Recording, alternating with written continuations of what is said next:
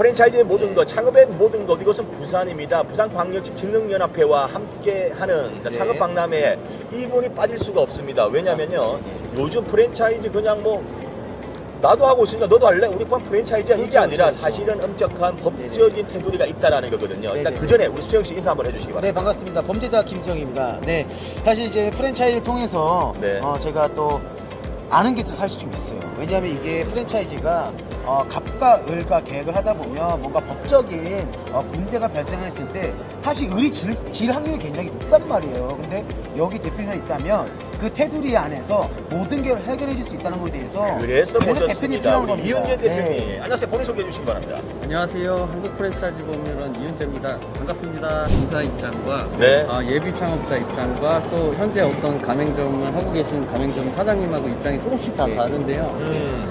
본사 입장에서는 많은 가맹점을 유치해서 나름의 어떤 사업을 확장시켜서 이익을 가지려는 입장이 그렇게 생각들 많이 있을 하시죠. 것이고, 점주님 입장에서는 어떤 노하우가 없으시니까 일정한 대가를 뭐 가맹비라든가 로열티를 지급하고 나름대로의 또 성과를 얻으려는 목적인 거고, 예비 창업자 입장에서는 뭐 비슷합니다. 내가 어느 정도를 투자해서 정말 괜찮은 브랜드 선택해서 어느 정도의 수익을 얻을 것인가, 이 입장이 다르다 보니까 여기서 뭐 갈등도 생기고 그런 것 같습니다.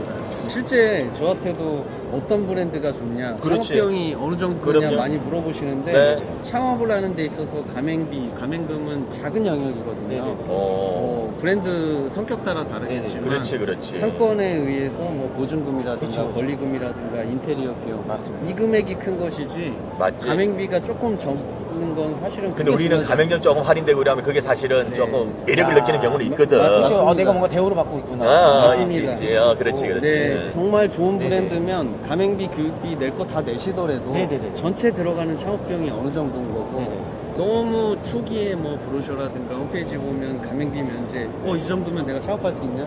여기에만 너무 집중하시다 보면 좀 낭패를 보시는 경우도 있는 것 같습니다. 실제로 그런 사례들도 많겠네요. 네. 진짜 이 정도밖에 예산에 들어가지 않겠다라고 준비를 해뒀다가 뒤에 막상 가게 되면 또 추가 비용 이러다가 사실 포기하시는 분들도 계시더라고요. 얼마나 큰 피해입니까?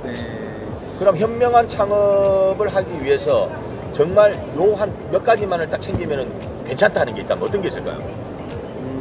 일단은 창업 비용을 가장 궁금해하게 생각을 많이 하시니까요. 창업 비용도 본사의 초기에 내는 가맹비, 교육비 관점으로만 보실 게 아니고, 그럼요. 해당 브랜드 가맹점주들이 있지 않습니까? 선배 가맹점들 이런 곳에 가셔서 이 정도 상권에 이 정도 뭐 권리금이라든가 보증금이라든가 임대료가 어느 정도 나오나를 보시는 게 중요하고요. 그게 실제 창업 비용이거든요. 이 정도 인테리어 비용. 그렇지. 그거지. 그게 다 창업 비용이지. 그리고 해당 브랜드의 고객들이 얼마나 오나.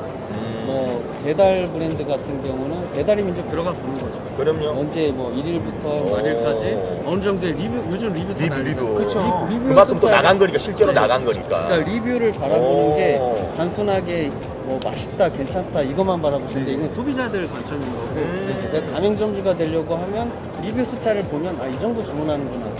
그래서 해당 브랜드의 뭐 괜찮은 방법인데. 이런 걸 보면 매출 어느 정도 된다를 어느 정도 추정할 수가 있죠. 그런 것도 다 봐주시는 거고요. 그렇죠. 근데 저는 개인적으로 만약에 창업을 하게 된다고 하면 미리 여기 와서 상담을 받고 이런 회사에 투자를 해서 이제 창업을 하려고 한다, 이런 것들 미리미리 상담을 받으면 아무래도 이제 리스크를 안고 가는 걸 좀 줄일 수 있지 않을까라는 생각을 하게 되는 것 같아요.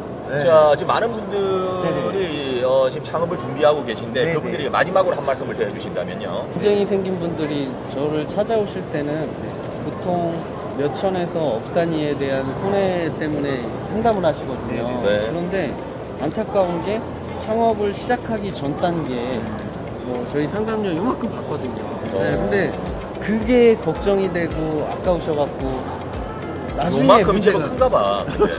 그게 좀 안타까워요. 오히려 저희가 이해가 충돌되지 않는 경우에는 이제 기업 쪽도 상담을 해요. 그래도 대기업 브랜드 같은 경우도 제가 자문을 하고도 있고, 브랜드 컨설팅을 해서 브랜드를 제가 만들어 봤기 때문에 예비 창업자 입장에서 실질적인 얘기를 해드릴 수가 있거든요. 근데 안타까운 게 오히려 기업들은 저희 쪽에 자문 요청이 많아요.